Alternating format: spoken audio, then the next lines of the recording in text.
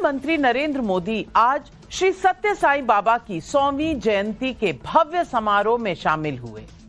PM Modi ने बाबा की महासमाधि और पवित्र श्राइन पर माथा टेका और पूजा अर्चना भी की। इस दौरान उन्होंने 100 रुपए का स्मारक सिक्का और डाक टिकट भी जारी किया। कार्यक्रम में मोदी के अलावा कई बड़ी हस्तियां थीं। इस दौरान एक तस्वीर जो चर्चा का विषय बनी वो ये है। तस्वीर में एक्ट्रेस ऐश्वर्या राय हैं, जो मंच पर नरेंद्र मोदी के पास आई और उन्होंने पैर छूकर मोदी को प्रणाम किया। मैं एक बात सिर्फ रेफरेंस के तौर पर दर्शकों को याद दिलाना चाहती हूँ। राहुल गांधी ने 2024 में अपनी भारत जोड़ो यात्रा के दौरान एक बार बच्चन परिवार की बहू ऐश्वर्या राय का नाम लिया था और उन्होंने उसे नाचने वाली कहकर संबोधित किया था। राहुल जी का रेफरेंस तब राम मंदिर को लेकर था। मैंने दोनों बातें यहां सिर्फ इसलिए कही हैं ताकि दर्शक तय करें कि क्या सच है क्या गलत है। वो इसलिए कि ये भारत है, यहाँ ऐसी चीजें बहुत मायने रखती हैं, खासकर संस्कृति सभ्यता से जुड़ी बातें। अगर मोदी की मां को गाली पड़ी तो उसका असर आपको वोट पर दिखेगा ही। ऐसा तब भी होगा जब राहुल पर व्यक्तिगत हमले होंगे। खैर, अब आगे की बात करती हूं। पाटलिपुत्र का ताज कल नीतीश के सिर पर 10वीं बार रखा जाएगा। आज एनडीए विधायक दल की बैठक में नीतीश नेता चुने गए। कल शपथ समारोह में प्रधानमंत्री मोदी के अलावा एनडीए के ज्यादातर सीएम और बड़े चेहरे शामिल होंगे, जबकि दूसरी तरफ हाहाकार मचा है। राहुल गांधी के नेतृत्व के खिलाफ इंडी गठबंधन के अंदर से ही आवाजें उठ रही हैं, जबकि कांग्रेस राहुल गांधी को बचाने के लिए ऐसे तर्क ढूंढकर लाई है जिसकी हवा घंटे भर में निकल जाती है। फिर भी कांग्रेस वोट चोरी के नैरेटिव को हवा दिए चली जा रही है। रामलीला मैदान में बड़ी रैली का ऐलान भी किया गया है, लेकिन राहुल गांधी के नैरेटिव के खिलाफ देश के प्रतिष्ठित नागरिकों ने ही मोर्चा खोल दिया है। 272 हस्तियों ने राहुल गांधी के खिलाफ ओपन लेटर लिखा है। इसमें 123 रिटायर्ड ब्यूरोक्रेट्स हैं, जिसमें 14 पूर्व राजदूत शामिल हैं। इसके अलावा आर्म फोर्सेस के 133 रिटायर्ड ऑफिसर हैं और 16 पूर्व जज भी शामिल हैं। लेटर में लिखा गया है कि राहुल गांधी कभी संसद, कभी सेना, कभी जुडिशरी की इमेज खराब करने की कोशिश कर रहे हैं और अब चुनाव आयोग उनके निशाने पर है। इस बीच 12 राज्यों में एसआईआर अभियान जारी है। चौंकाने वाली तस्वीर पश्चिम बंगाल में सामने आ रही है। यहाँ भागम भाग मची है। बड़ी संख्या में अवैध बांग्लादेशी बॉर्डर की तरफ भागते नजर आ रहे हैं। सवाल है कि अगर वोट शुद्धिकरण गलत तो राहुल ममता बताएं कि बंगाल में भाग रहे लोग हैं कौन? ये सवाल आज पब्लिक का है।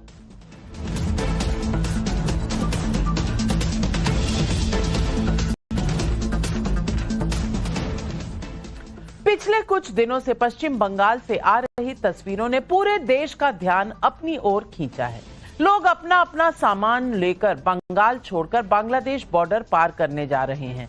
टाइम्स नाउ नवभारत की रिपोर्टर पूजा मेहता ने जब ग्राउंड पर तहकीकात की तो कई लोगों ने माना भी कि वो बांग्लादेशी हैं और उनके पास कोई आधिकारिक दस्तावेज नहीं है।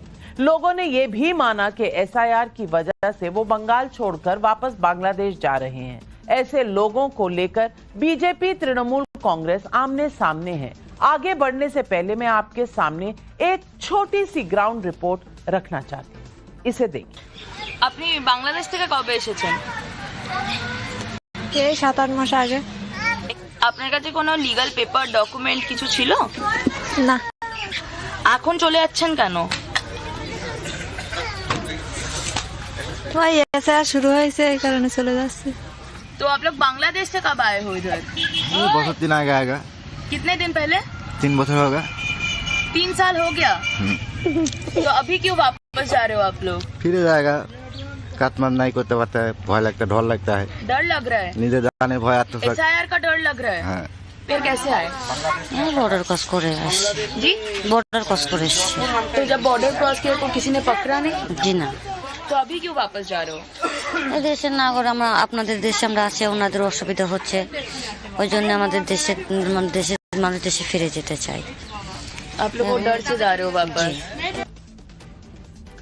आपने सुन लिया, ऐसी कई केस स्टडी और भी हैं, लेकिन ना तो ममता बनर्जी ना ही राहुल गांधी जी ये मानने को तैयार हैं। तृणमूल कांग्रेस सांसद महुआ मोइत्रा ने तो विरोध में लक्षण रेखा पार ही कर दी। मोइत्रा ने बांग्लादेश के पूर्व इलेक्शन कमिश्नर की गिरफ्तारी की तस्वीरें शेयर की और कैप्शन में लिखा, आगे आने वाली चीजें। सवाल है कि क्या वोट बैंक खिसकने का डर सता रहा है, इसलिए ढाका मॉडल का समर्थन किया जा रहा है? क्या ममता बनर्जी की पार्टी ऐसी तस्वीरें डालकर चुनाव आयोग को धमकी देने और डराने की कोशिश कर रही है? ऐसा ही कुछ कांग्रेस भी करती नजर आ रही है। पार्टी ने एसआईआर के खिलाफ दिसंबर के पहले हफ्ते में बड़ी रैली का ऐलान किया है। खासकर बिहार में हार के बाद पार्टी की समीक्षा बैठक में वोट काटे जाने को बड़ी वजह माना गया। सुनिए पवन खेड़ा का ये बयान। पहले सप्ताह में दिसंबर के एक बहुत विशाल रैली रामलीला मैदान दिल्ली में होगी। इन तमाम राज्यों के लोग भी होंगे, उसमें नेता भी होंगे। एसआईआर के खिलाफ और जो बदनीयती है चुनाव आयोग, जो राजनीतिकरण चुनाव आयोग का हो गया है, उसके खिलाफ आवाज हम बुलंद करेंगे। दर्शकों, किसी भी बीमारी का इलाज तभी हो सकता है जब आपको ये पता चले कि बीमारी आखिर है क्या। पता चला किसी को पेट में दर्द है, दवा बुखार की दी तो पेट दर्द ठीक कैसे होगा? कांग्रेस में यही होता नजर आ रहा है। हार की वजह वोट बैंक का खिसकना है तो मुद्दा वोटर रिवीजन को बनाया जा रहा है, जो रूटीन प्रोसेस है। अब देखिए कांग्रेस के नेता प्रवक्ता बिहार में करारी हार की क्या वजह ढूंढ कर ले आए हैं। 100 वाली सेटिंग, 122 वाला जुगाड़, जिसका ना सिर है ना पैर। कांग्रेस एनडीए के 8 जीते हुए कैंडिडेट का आंकड़ा लेकर आई है। आरोप लगाया कि चुनाव आयोग ने 100 का खेल कर दिया। दरअसल जीते हुए कैंडिडेट्स को जितने वोट मिले उसमें शुरुआती 3 अंक 100 हैं।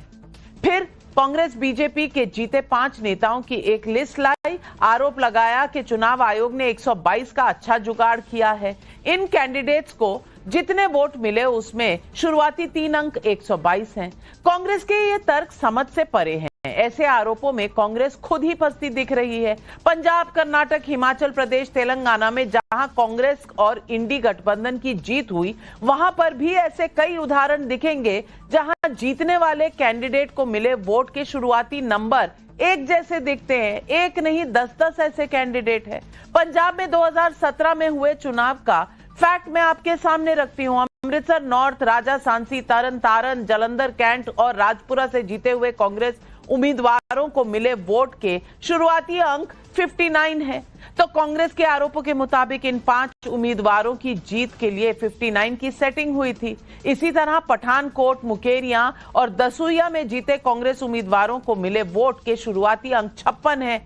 तो मतलब इनकी 56 की सेटिंग हुई थी। ऐसा ही आंकड़ा कर्नाटक में 2023 में हुए विधानसभा चुनाव में भी है, जहां बागलकोट, मुद्देबिहाल और मस्की सीट पर जीते हुए कांग्रेस के उम्मीदवार को मिले वोट पहले 2 अक्षर 79 है। अब तीनों के 79 है, मतलब 79 की सेटिंग है। हिमाचल प्रदेश 2022 में अगर आप ये आंकड़े देखें तो यहां पर सेटिंग फिर आपको 28 की नजर आएगी। लेकिन हद यह है कि तेजस्वी की पार्टी कह रही है कि सेटिंग करके ईवीएम में 25,000 वोट पहले ही डाल दिए गए थे, जबकि फैक्ट यह है कि ईवीएम के पुराने वर्जन में 3840 से ज्यादा वोट डाले नहीं जा सकते और नए वर्जन में 2000 से ज्यादा नहीं जा सकते। 25,000 का आंकड़ा कहां से आया पता नहीं। पर फिर सुनिए जगदानंद सिंह क्या कह रहे हैं। 25,000 वोट हर ईवीएम में पहले से मौजूद था।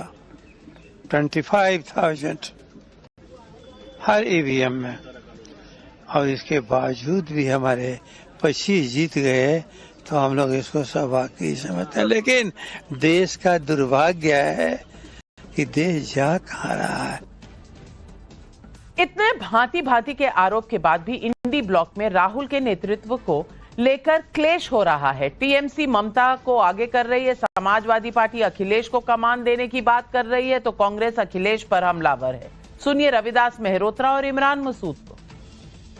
उत्तर प्रदेश के जनता, समाजवादी पार्टी के कार्यकर्ता और हम सब लोग ये चाहते हैं कि इंडिया गठबंधन की अगुवाई समाजवादी पार्टी के राष्ट्रीय अध्यक्ष माननीय अखिलेश यादव जी करें। पहले यूपी लीड कर लेना, अभी तो 27 है, अभी 27 आ रहा है ना, 27 की बात कर लेंगे। मतलब राहुल जी सक्षम है? मैं आपसे ये राहुल जी का कोई मुकाबला नहीं है। ऐसे में सवाल पब्लिक का है। सवाल नंबर 1, वोट चोरी पर बिना सिर पैर के आरोप लगाने वाली कांग्रेस राहुल गांधी को डिफेंड करने के लिए किस हद तक जाएगी? सवाल नंबर 2, राहुल गांधी के खिलाफ 272 हस्तियों का ओपन लेटर, क्या बिना फैक्ट ईसी पर लगाए आरोपों पर देश से माफी मांगेगी कांग्रेस? एसआईआर से अवैध बांग्लादेशियों में भागम भाग, क्या वोट बैंक के लिए ममता बनर्जी को ढाका मॉडल भी मंजूर है? सवाल नंबर 4, क्या बिहार में करारी हार के बाद मोदी विरोध का चेहरा राहुल की जगह किसी और को होना चाहिए? क्या ये वाकई इंडी गठबंधन का नया फॉर्मूला है? इन्हीं सवालों के जवाब देने के लिए आज हमारे साथ जुड़ रहे हैं बीजेपी के राष्ट्रीय प्रवक्ता शहजाद पूनावाला, अनंत विजय वरिष्ठ पत्रकार, एडवोकेट निखिल जैन राजनीतिक विश्लेषक, कांग्रेस के सपोर्टर। हमारे साथ स्टूडियो में अजीज खान साहब राष्ट्रीय प्रवक्ता है समाजवादी पार्टी के, स्वयं प्रकाश पुरोहित प्रवक्ता हैं तृणमूल कांग्रेस के, और डॉक्टर जैन जिज्ञासु प्रवक्ता हैं आरजेडी के। सबसे पहले तो निखिल जैन जी आपसे पूछना चाहूंगी, अरे भैया मर्ज तो ढूंढ लो, कोई डॉक्टर बुला लो। अगर सिर दर्द है और पेट दर्द की दवाई लेंगे तो मर्ज कभी भी हल नहीं होगा। और आज ये देश भर में साफ हो चुका है कि आप बहाने ढूंढ रहे हैं राहुल गांधी को बचाने के लिए, और ये आवाजें इंडी गठबंधन के अंदर से आ रही हैं। मेहरोत्रा जी कह रहे हैं हटिए भाई, आपसे ना हो पाएगा, अब अखिलेश यादव को आगे लाइए। वहां तृणमूल कांग्रेस कह रही है ममता बनर्जी को आने दीजिए, आपसे ना हो पाएगा। अब अगर राहुल गांधी को बचाना है तो झूठ बोलना तो बंद करना पड़ेगा ना, मर्ज का इलाज करना पड़ेगा। देखिए नाविका जी, देश की जनता ने, देश के विपक्ष ने तो मर्ज ढूंढ लिया है, एक ही है सिर दर्द या एसआईआर दर्द। उसी पे कांग्रेस पार्टी के नेता भी सवाल उठा रहे हैं, उस पे देश की जनता सवाल उठा रही है, पत्रकार सवाल उठा रहे हैं, आरजेडी उठा रही है, टीएमसी उठा रही है, आम आदमी पार्टी उठा रही है, समाजवादी पार्टी उठा रही है, देश की हर पार्टी उठा रही है। लेकिन बीजेपी और चुनाव आयोग को लगता है बिल्कुल भी कुछ गलत नहीं है। आपने सबसे पहले आपने अपने शुरुआती वक्तव्य में एक चीज कही कि बिना सिर पैर के आरोप, एसआईआर में कोई सिर पैर भले ही ना हो, आरोपों में बहुत सिर पैर है। राहुल गांधी ने 7 अगस्त की अपनी प्रेस कॉन्फ्रेंस में, उसके बाद 5 नवंबर की प्रेस कॉन्फ्रेंस पे, और बीच में जो प्रेस कॉन्फ्रेंस हुई, इन तीनों प्रेस कॉन्फ्रेंसेज में पूर्ण रूप से प्रमाण दिया। मेरे मित्र शहजाद हैं, वो आके कहेंगे कि अरे नहीं इलेक्शन कमीशन को तो आपने कुछ नहीं फाइन करा, फॉर्मल कंप्लेन क्यों नहीं दे देते? तो मैंने पहले से बता के रख दूं, 8 अगस्त 2025 को जो वो कैंडिडेट थे मंसूर अली खान बैंगलोर सेंट्रल के, उन्होंने जाके चीफ इलेक्टोरल ऑफिसर कर्नाटका को लिखित में फॉर्मल कंप्लेन दी थी, लेकिन चुनाव आयोग ने कुछ नहीं करा। अखिलेश यादव दिखा चुके हैं कि किस तरीके से उनकी पार्टी ने हजारों एफिडेविट फाइल करे हैं, चुनाव आयोग ने कुछ नहीं करा। हरियाणा की हार के बाद कांग्रेस पार्टी के कई विधायकों ने इलेक्शन पिटीशंस फाइल करी, चुनाव याचिका लगाई हाईकोर्ट में। उसके बाद एक आदेश आया हाईकोर्ट का दिसंबर 2024 में, जहां पर हाईकोर्ट यह कहता है, चुनाव आयोग को निर्देश देता है, डायरेक्शन देता है कि आप सीसीटीवी फुटेज दिखाइए। क्या करता है चुनाव आयोग? भारत सरकार के साथ मिलकर रूल रेट्रोस्पेक्टिवली बदल देता है, नहीं सीसीटीवी फुटेज नहीं दे सकते। मई 2025 में नया रूल बना देता है, 45 दिन में डिलीट कर देंगे। मोदी जी तो कहते हैं एआई का जमाना है, टेराबाइट, पेटाबाइट, योटाबाइट, जेटाबाइट का जमाना है, तो ऐसी कौन सी दिक्कत आन पड़ी कि आपको आज सीसीटीवी फुटेज डिलीट करना पड़ गया? आप इतने सारे प्रेस कॉन्फ्रेंसेस की बात कर रहे हैं, आप कोलंबिया से पहले वाली प्रेस कॉन्फ्रेंस, कोलंबिया के बाद वाली प्रेस कॉन्फ्रेंस, मस्कट से पहले वाली प्रेस कॉन्फ्रेंस, मस्कट के बाद वाली press conference. Shahzad Poonawalla agent नहीं हूं, शायद बीजेपी के लोग होंगे, मैं नहीं हूं, मुझे कोई मतलब नहीं है राहुल गांधी कहां जाते हैं कहां नहीं जाते, मुझे इससे मतलब शहजाद पूनावाला जी खराब किया जा रहा है। नाविका जी, असली सरदर्द का कारण बता देंगे तो सर पर ओले पड़े, इसलिए सर के बारे में कुछ बोलना नहीं है, मतलब वो राहुल सर के बारे में, और इसीलिए बिना सिर पैर की बातें करते करते क्या क्या बोल जाते हैं। सर पे क्या स्टैंड है, मतलब राहुल सर पे नहीं, एसआईआर वाले सर पे। महाराष्ट्र में छाती फाड़ कर बोलते हैं कि महाराष्ट्र में चुनाव से पहले एसआईआर चाहिए, 2014 से पहले 12 बार एसआईआर कराई। बिहार में एसआईआर का विरोध कर रहे थे दिल्ली में बैठकर, और जमीन पर एक शिकायत एक अपील नहीं। अखिलेश प्रसाद बोल रहे थे ये एसआईआर कोई मामला नहीं है। अच्छा चलिए, वोट चोरी हुई है, हमें मत कन्विंस कीजिए, और आप हमेशा प्रिएम्प्ट करते, गलत प्रिएम्प्ट करते। मैं नहीं बोल रहा कि क्यों नहीं की शिकायत, मैं कह रहा हूं तारिक अनवर को कन्विंस करो, तारिक अनवर ने मोहित भट्ट नाम के इनके रिपोर्टर से बातचीत करते हुए बोला, और शकील अहमद ने बोला कि भाई वोट चोरी नहीं, टिकट चोरी हुआ है। फिर उसके बाद कांग्रेस के अन्य नेता रंजीत रंजन ने बोला है भाई कांग्रेस के नेता कांग्रेस के लीडर को, मतलब सर को सीरियसली लेने को तैयार नहीं है, आप हमें दोष देते हो। हरियाणा में कुमारी शैलजा ने बोला, महाराष्ट्र में जो आरोप लगाए न सिर न पैर, क्या निकला, सुप्रीम कोर्ट ने रिजेक्ट किया। अच्छा क्या हुआ है, जनमत ने किया रिजेक्ट, फिर उनके साथियों ने किया रिजेक्ट, अब जो है संगत वाले भी रिजेक्ट कर रहे हैं। बताइए, टीएमसी बोल रही है नेता बदलो इंडिया अलायंस में, ये कॉम्पिटेंट नहीं है। समाजवादी पार्टी बोल रही है नेता बदलो, और बाकी लोग बोल रहे हैं, उद्धव सेना की, शिवसेना की जो माउथपीस है वो बोल रही है नेता बदलो। पर ये क्या है, ना जनमत मिला ना संगत मिला, जनपद के आधार पर अपने आप को थोप रहे, और अब 5D पे आ गए। नाविका जस्ट 10 सेकेंड्स मोर। पहले डी में डिल्यूजन में रहते दोनों बेटे, मतलब बिहार का एक और एक दिल्ली में, वो लोग लगता है कि हम चुनाव जीत रहे हैं, फिर डी से डिफीट होता है तो डी से डिनायल में जाते हैं, फिर डी से डाइवर्ट और दोष डालने के लिए कहीं नहीं कहीं कोई आरोप लगाते हैं, और फिर डी से अब दंगे की बात, मतलब प्रियंका वाड्रा और राहुल गांधी और रॉबर्ट वाड्रा बोल रहे हैं, और दिग्विजय सिंह बोल रहे हैं कि इलेक्शन कमीशन का घेराव होना चाहिए, मतलब सीधे संविधान संस्था के ऊपर हमला करने के बाद। इसलिए 272 नाविका, ये सीट नहीं आने वाली, 272 ऑब्जेक्शन आ गए हैं नागरिकों से, जजेस से, संविधान के रक्षकों से। आप महुआ मोइत्रा को भूल गई, और महुआ मोइत्रा कह रही है कि जैसे बांग्लादेश में हुआ वो यहाँ पर भी होगा, देखिए, और होने वाला है आने वाले दिनों में। लेकिन पुरोहित जी, स्वयं पुरोहित जी, मैं आपसे पूछना चाहती हूँ, अब आपके पास अगर SIR के कोई भी तथ्य हैं तो आपको रखने चाहिए, लेकिन हमारी रिपोर्टर रिदिता ने जाकर ग्राउंड पर देखा, लोगों से पूछा कि लोग छोड़कर जा रहे हैं, वो कह रहे हैं कि हम बांग्लादेशी हैं, कह रहे हैं कि हम 3 साल से था, SIR हो रहा है, दस्तावेज नहीं थे तो इसीलिए छोड़कर जा रहे हैं। आप ये कैमरे पर जो रिपोर्ट है हमारे संवाददाता की, उसे झुटला सकते हैं? और अगर ये सच है तो फिर SIR अगर हो रही है, उसका शुद्धिकरण हो रहा है, तो उसमें गलत क्या है? ऊपर से ये डराना धमकाना जो महुआ मोइत्रा जी कर रही है, ये सही है क्या?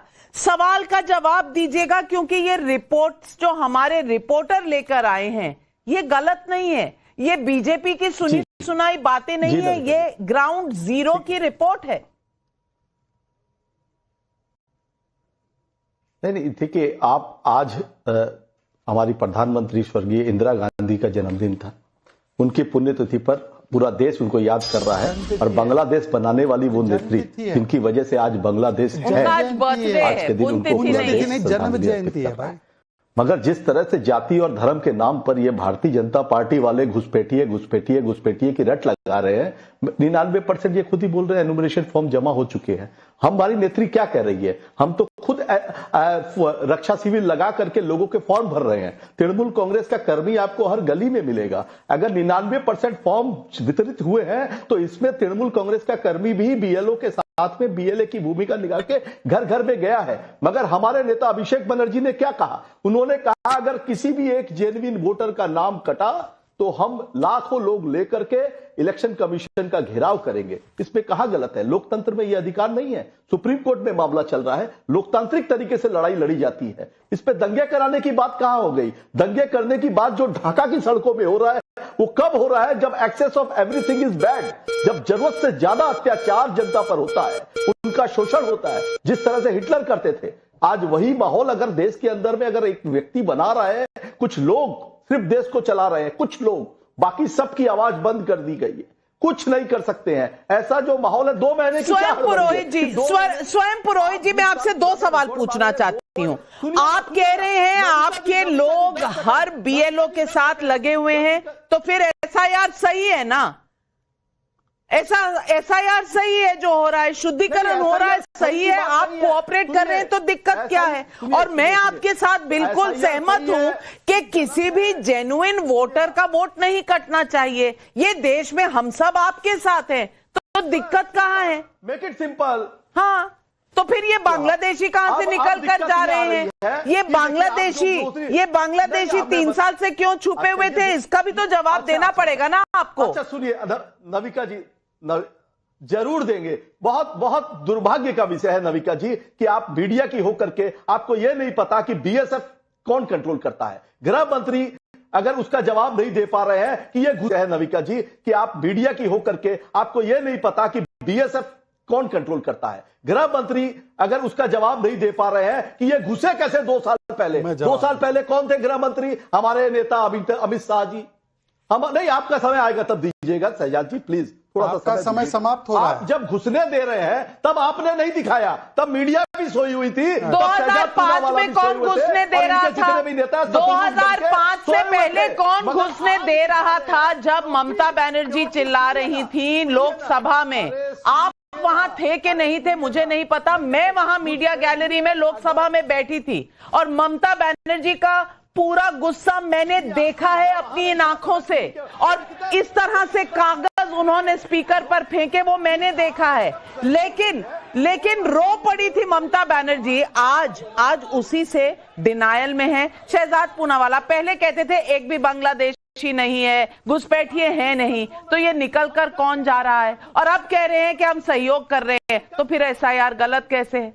तो अगर ये सहयोग कर रहे हैं और बीएसएफ की जिम्मेदारी तय कर रहे हैं, तो जब बीएसएफ ने बोला कि 50 किलोमीटर अंदर तक जुरिस्डिक्शन रहने दो, और जब वो कह रहे थे कि 450 किलोमीटर के बॉर्डर पर चेक पोस्ट बनाने के लिए हमें जमीन दो, तो उसका विरोध क्यों किया?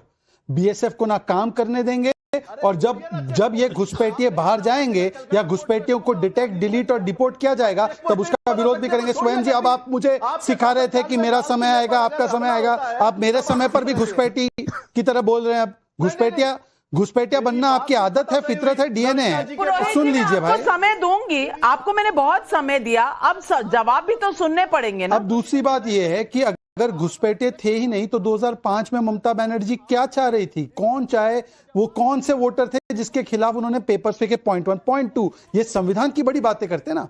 फिराद हकीम का बयान, हाथ पैर तोड़ देंगे। इनके एक विधायक का बयान, बीजेपी के लोगों को आग लगा देंगे। महुआ मोइत्रा को लगता है कि बांग्लादेश मॉडल फॉलो होना चाहिए। वहां पर आरजेडी बोलती है कि नेपाल बांग्लादेश बना देंगे। यहां पर कांग्रेस बोलती है देख लेंगे, और यूथ कांग्रेस ट्वीट करता है कि ये लोकतंत्र के हत्यारे हैं, और दिग्विजय सिंह बोलते घेराव करो। आखिरी बात मैं पूछना चाहता हूं, संविधान के इतने बड़े आप लोग रखवाले हैं, तो शिकायत दे दीजिए ना सुप्रीम कोर्ट में कि इतने लोगों का गलत नाम कटा। वहां पर एक नाम शिकायत नहीं देंगे, वहां पर शून्य, नील बटा सन्नाटा, बस नील बटे सन्नाटा। लेकिन अजीज खान साहब, मुझे लगता है कि अंदर खाने दिक्कत कुछ और है।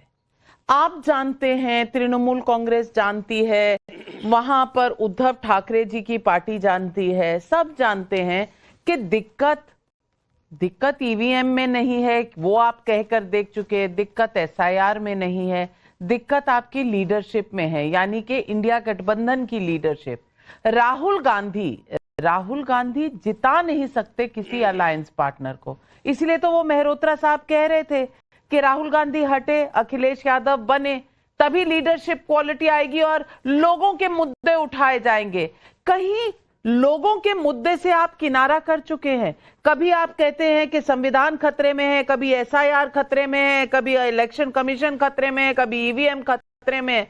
असल मुद्दों से क्या आप दूर हो गए हैं? और असल मुद्दा तो यही है कि अखिलेश यादव को आगे आना चाहिए, राहुल गांधी जी को अब थैंक यू कहना चाहिए 95 हार के बाद।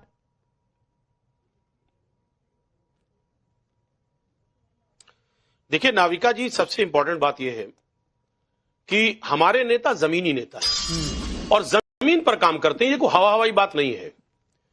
और जिस तरह समाजवादी पार्टी उत्तर प्रदेश में जमीन पर उतर करके जो यहां शोषित है, दलित है, वंचित है, जो परेशान है, उसकी आवाज बनकर के निकल रहे हैं और उसकी आवाज उठाने के लिए पूरी तरह से कटिबद्ध हैं, काम कर रहे हैं, वो जमीन पर काम कर रहे हैं। और रही बात दूसरे नेताओं की बात आप कर रही हैं, देखिए मैं एक बात बता दूं, हर शख्स का अपना काम है। राहुल गांधी जी का अपना काम है, हमारे नेताजी का अपना काम है, और सवाल इस बात का है कि आज जो परिस्थिति उत्तर प्रदेश में है वो परिस्थिति डिफरेंट है। ये बिहार नहीं है, उत्तर प्रदेश में यहां पर जो हालात है, यहां की जनता त्रस्त है और क्या चाहती है, वो बदलाव चाहती है। और अभी बार बार ये कह रहे साहब 27 ये है और 27 वो है। मैं एक बात आपको बता दूं, बहुत स्पष्ट कर दूं कि उत्तर प्रदेश में अभी लोकसभा का चुनाव हुआ है। क्या स्थिति रही लोकसभा में, क्या बदलाव रहा, ये पूरे देश ने देखा। अभी 27 में क्या होने जा रहा है। हाँ, एक बात जो एसआईआर की बात हो रही है, मैं एक बात इस पर स्पष्ट कर दूं कि यहां पर पीडीए प्रहरी है, यहां पे गड़बड़ी नहीं हो सकती और नहीं किया जा सकता। चुनाव आयोग या जो भी लोग हैं अगर वो प्रयास करेंगे कि यहां के जो मतदाता हैं उनके नाम काटने का प्रयास करेंगे तो यहां की जनता बर्दाश्त नहीं करेगी। जिस तरह बिहार में हुआ, 69 लाख वोट काट दिए गए, 21 लाख वोट नए जोड़े गए, कौन काटे गए कौन जोड़े गए ये स्पष्ट नहीं, आप कहना चाह रहे हैं कि बिहार की जनता ने बर्दाश्त कर लिया, आपकी यूपी की जनता बर्दाश्त नहीं करेगी, या आप कह रहे हैं कि बिहार की जनता में इतना दम नहीं था कि वो कंप्लेन कर सके, आप यूपी की जनता से कंप्लेन कराएंगे? आप कह रहे हैं खाली बदलाव की स्थिति उत्तर प्रदेश में है, तो बिहार में भी तो आप ही के गठबंधन के लोग कह रहे थे कि यहां भी बदलाव और परिवर्तन होने वाला है। वो गलत थे कि आप सही हैं? मेरी समझ में नहीं आ रहा। अनंत विजय जी, मुझे समझ में नहीं आता कि ये गोल गोल बात क्यों करते हैं। यहां पर अलायंस में भी मेहरोत्रा जी तो कह रहे हैं, मेहरोत्रा जी सीधा कह रहे हैं कि अखिलेश जी को आगे आना चाहिए, क्योंकि राहुल गांधी का काम अलग है, जैसा अजीज खान साहब कह रहे हैं काम अलग है, वो शायद विदेशों में है, इस देश के राज्यों में तो किसी और को ही करना पड़ेगा। तेजस्वी जी को डुबा दिया राहुल गांधी ने, अब अगली बारी किसकी है सब ये सोच रहे हैं, और अंदर खाने इतनी मारकाट चल रही है, लेकिन बाहर कहने से डरते हैं कि कहीं बीजेपी का रास्ता साफ ना हो जाए। देखिए नविका जी, आपने अपने रिमार्क में यही कहा कि मुझे लगता है आपको अपना कंप्यूटर का ऑडियो बंद करना पड़ेगा, इको हो रही है आवाज। जी, आपने यहां टीवी ऑन रखा हुआ है, आपकी आवाज गूंज रही है। आपका ऑडियो ठीक करूं? शहजाद पूनावाला जी जवाब दीजिए। इनका तो सिर्फ एको है, पर उनका एको चेंबर है और ये एको चेंबर से बाहर नहीं आ पा रहे। देखिए अब यहाँ पे मैं तो नाविका जी आपसे रिक्वेस्ट करूंगा, आप दो Samajwadi Party television debate and Samajwadi Party bite वाले दोनों अलग अलग करें। समाजवादी पार्टी बाइट वाले बोलते हैं कि भाई राहुल गांधी जो है उनसे कुछ हो नहीं पाता, इनको चेंज करो। समाजवादी पार्टी डिबेट वाले आते हैं और बोलते हैं कि नहीं राहुल जी की गलती नहीं है, एसआईआर की गलती है। टीएमसी वाले बाइट वाले बोलते हैं कि राहुल बदलो ममता लाओ, और टीएमसी डिबेट वाले आकर बोलते हैं राहुल की कोई गलती नहीं, एसआईआर जो है वो गड़बड़ कर रहा है। तो आपका स्टैंड क्या है भाई? एक तो स्टैंड ले लो। दूसरी बात जो अजीज खान साहब ने कहा, बिहार की जनता, देखिए मैं खुद उत्तर प्रदेश में वोट डालता हूं, उत्तर प्रदेश की महान जनता का मैं सम्मान करता हूं, पर बिहार की जनता का तिरस्कार करना, और जिज्ञासु जी बैठे यहां पे, मैं जिज्ञासु जी की जगह पे होता तो मैं अजीज खान को लथाड़ देता। भाई क्या कहने का मतलब है आपका भाई कि बिहार की जनता ऐसे ही है क्या, राह फिरती है? और वो चिदम्बरम जी बोलते हैं कि सिटीजन्स की गलती, आपने वोट नहीं किया हमको। और आखिरी बात जिज्ञासु जी पे जाएंगे। अब जिज्ञासु जी जरा जिज्ञासा पूरी करे, ये 25,000 वोट अगर डाल दिए थे ईवीएम में तो वोटर लिस्ट में काय गड़बड़ कर रहे थे हम, और ये 25,000 वोट डलता कैसे ईवीएम में? जरा हमको टेक्नोलॉजी साइंस समझाइए, लालटेन वाली टेक्नोलॉजी समझाइए कि 25,000 वोट ईवीएम में डला कहां पे, कौन से ईवीएम में डला? रैंडमाइज होता है, फॉर्म 17 सी साइन होता है, भाई कौन सी मशीन कहां जाएगी किसी को पता नहीं होता। 4,000 वोट होते एक मशीन पे। ये जिज्ञासा पूरी कीजिए। रोहिणी जी की नहीं की, मेरी तो कर दीजिए। नाविका जी मुझे 10 सेकंड दे। ओके अजीज खान साहब, की जनता का अपमान मत करना। अजीज खान साहब, फिर जयंत जी आपके पास आ रही हूं। देखिए ये मैं कह रहा हूं, आप सुनिए। देखिए शहजाद जी मामले को कहीं ना कहीं टर्न कर रहे हैं। हम बिहार की जनता तो वोट डालना चाह रही थी, लेकिन उसके वोट काट दिए गए, उसके नाम हटा दिए। अच्छा, इंडिया बात कहना चाहते थे, जनता तो बहुत के लोग निकम्मे थे, लेकिन सच्चाई क्या रही? नाम काट दिए गए, लोग वोट नहीं डाल पाए, तमाम बड़ी दिक्कतें रही। और ये बार बार ये कह रहे हैं साहब ईवीएम और ये वो।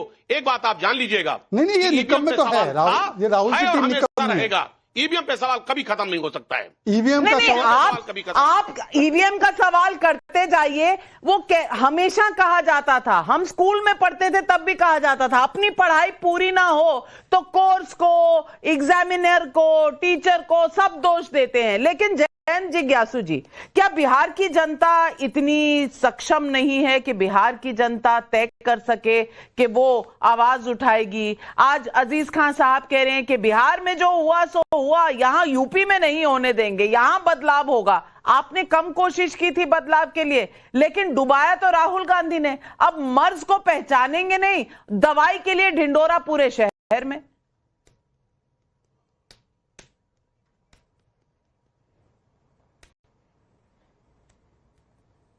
जयंत जिज्ञासु जी, वो सवाल एक शेर है कि अब के बरस दस्तूरे सितम में क्या क्या बाब इजाद हुए, जो कातिल थे मकतूल हुए, जो सैद थे वो सयाद हुए।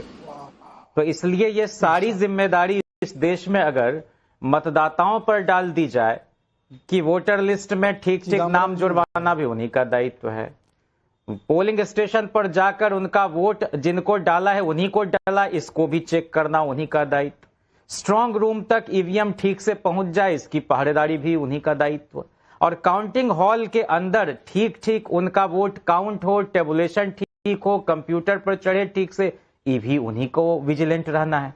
तो भाई चुनाव आयोग का भी तो कुछ दायित्व है। और अगर ये प्रश्न उन पर खड़े हो रहे हैं बैठे हुए अधिकारियों पर, आयुक्तों पर, तो उनका मुकम्मल और आश्वस्त करने वाला जवाब देना भी तो उन्हीं का काम है। एक बात मैं कहना चाह रहा हूं, अभी पूछा गया कि ये 25,000 वगैरह नहीं, हम तो दूसरी बात कह रहे हैं आपसे। हर बूथ पर 40 से 50 वोट ऐसे, हर बूथ पर 40 से 50 वोट ऐसे जो वहां के हैं नहीं, जो डुप्लीकेशन है, जो जंक है, और डी डुप्लीकेशन का सॉफ्टवेयर आप उसमें लगाना नहीं चाहते। तो बताइए, अगर 300 पोलिंग स्टेशन है एक विधानसभा क्षेत्र में, तो कितने वोट? 15,000 वोट तो वैसे चले गए। तो अगर ये इस तरह का, एक तो संसाधन के स्तर पर असमानता, तंत्र और व्यवस्था पूरी तरह से इनके साथ, तो बताइए कि कैसे अपोजिशन के लिए कोई लेवल प्लेइंग फील्ड बचेगी? तो व्यवस्था अपने हाथ में लीजिए ना, सत्ता में आइए ना, उसके लिए तो चुनाव जीतना पड़ेगा ना। आपके अपने परिवार में बोला जा रहा है कि चुनाव कैसे हारा गया था। अनंत विजय जी, बस खुद को नहीं बताना कि खुद ने कोई दोष किया है, बाकी दुनिया में सब कुछ गलत है। और ये सवाल पब्लिक भी पूछ रही है। सुभाष कश्यप कानपुर यूपी से पूछ रहे हैं, राहुल गांधी को बचाने के लिए कब तक झूठे नैरेटिव का सहारा लेगी कांग्रेस? दिलीप सरकार का कोलकाता से सवाल है, महुआ मोइत्रा बांग्लादेश के पूर्व इलेक्शन कमिश्नर की गिरफ्तारी का वीडियो शेयर कर क्या चुनाव आयोग को धमकी दे रही है? राहुल कुमार पटना बिहार से कह रहे हैं एसआईआर से वोट शुद्धिकरण हो रहा है, लेकिन मोदी विरोधियों को दिक्कत है, तो बिहार में एसआईआर के खिलाफ क्यों एक भी शिकायत दर्ज नहीं कराई? ये सवाल पूछते पूछते मेरा तो सांस फूल गया है। आप ही जवाब दे दीजिए। देखिए नविका जी, मैं तो बहुत डायरेक्ट बोलता हूं कि राहुल गांधी के फेल्योर पर पर्दा डालने के लिए चुनाव आयोग की ओट ली जा रही है, और ये निरंतर हो रहा है। पिछली बार जब उन्होंने तथाकथित हरियाणा बम या हाइड्रोजन बम या एच बम जो भी था वो फोड़ा था, तब आपके रिपोर्टर ने, मुझे याद है उस दिन मैं आपके साथ डिबेट कर रहा था, किस तरह से एक्सपोज कर दिया था और हरियाणा के ग्राउंड जीरो पर जाके बताया था कि वो सारी फर्जी चीजें हैं। तो अब जनता में इनकी साख बची नहीं, नेतृत्व इनके पास है नहीं, राहुल जी वोट ला नहीं सकते, संगठन इनका बुरी तरह बिखरा हुआ, और इनके आसपास जो लोग हैं वो लोग इस तरह से, जिनको जनता की नब्ज का पता नहीं, जिनको जनता के बीच में जाने का अवसर प्राप्त नहीं होता है, वो सिर्फ एक्स पर पॉलिटिक्स करते हैं, और अधिक हुआ तो कहीं ना कहीं एक दो प्रेस कॉन्फ्रेंस कर लेते हैं। आप मुझे बताइए कि इनके इर्द गिर्द कितने लोग हैं? नविका जी, आपका तो बहुत विशाल और बृहद अनुभव रहा है राजनीति को कवर करने का। इनके कौन से लोग क्षेत्र में जाते हैं? पटना चुनाव में, बिहार में, अभी जो कांग्रेस पार्टी के समर्थक राजनीतिक विश्लेषक बैठे हैं, उनका दावा था कि वो 1.5 महीने से पटना गए थे, और मैंने इनके एक नेता से पूछा, बताइए भाई कि मोकामा में अनंत सिंह के खिलाफ आरजेडी का उम्मीदवार कौन है? तो उन्होंने कहा सूरजभान सिंह है।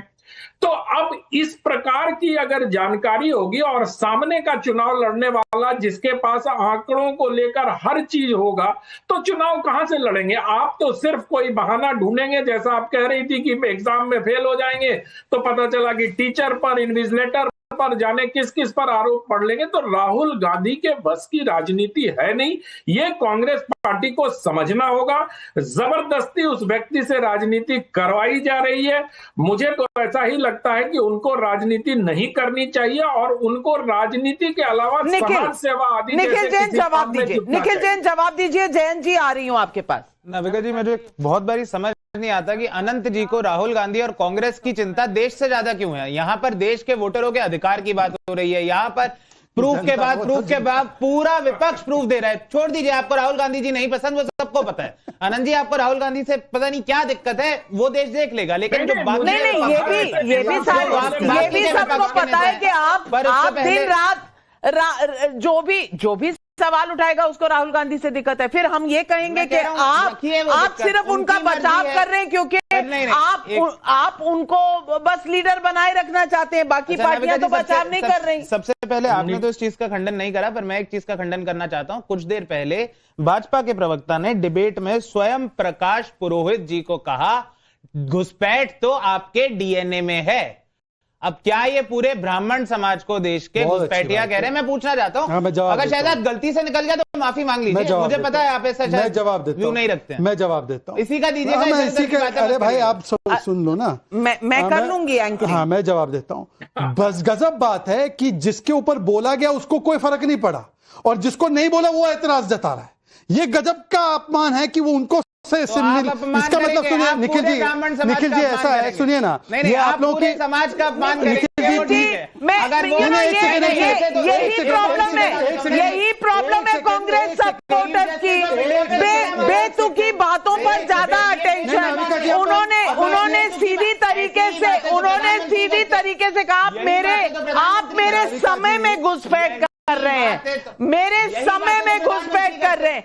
कमाल है निखिल जैन जी। नाविका जी, अब मैं पूरी बात कर लेता हूँ। निखिल जी देखिए, निखिल जी बहुत दिनों से मुझसे नाराज चल रहे हैं, तो जो इनकी आम आदमी पार्टी ने, कांग्रेस पार्टी ने मुझसे पहले भी किया वही करे, ट्विस्ट करना स्टेटमेंट। मैंने तो समय में घुसपैठ की बात की, और समय पे घुसपैठ करना मतलब कोई बोल रहा है उसमें इंटरप्ट करना, ये आपका डीएनए का हिस्सा है। ये पूछना, डीएनए मतलब पॉलिटिकल डीएनए, ये मतलब डिबेट के डीएनए का हिस्सा है।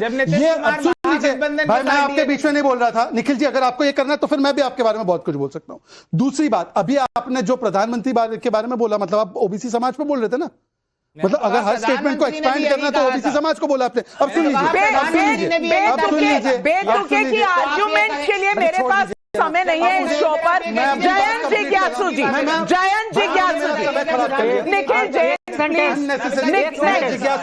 जिज्ञासु जी का समय है। आप 3 में ना 13 में, आपकी जितनी सीटें बिहार में आई हैं अगली बार ऑटो रिक्शा में पूरी आएंगी। समय चाहिए आपको पूरे 140 करोड़ वाला। ब्राह्मण समाज से वैसे तो हमारे अनंत जी भी है, अनंत भी मुझे जहां तक जानकारी है वो भी ब्राह्मण समाज से, उनको बुरा नहीं लगा किसको बुरा? निखिल जैन को, निखिल जैन को लगा। सुन लीजिए, जयंत जिज्ञासु जी, हार के कारण क्या रहे आप खुद जानते हैं। नविका जी बोलिए।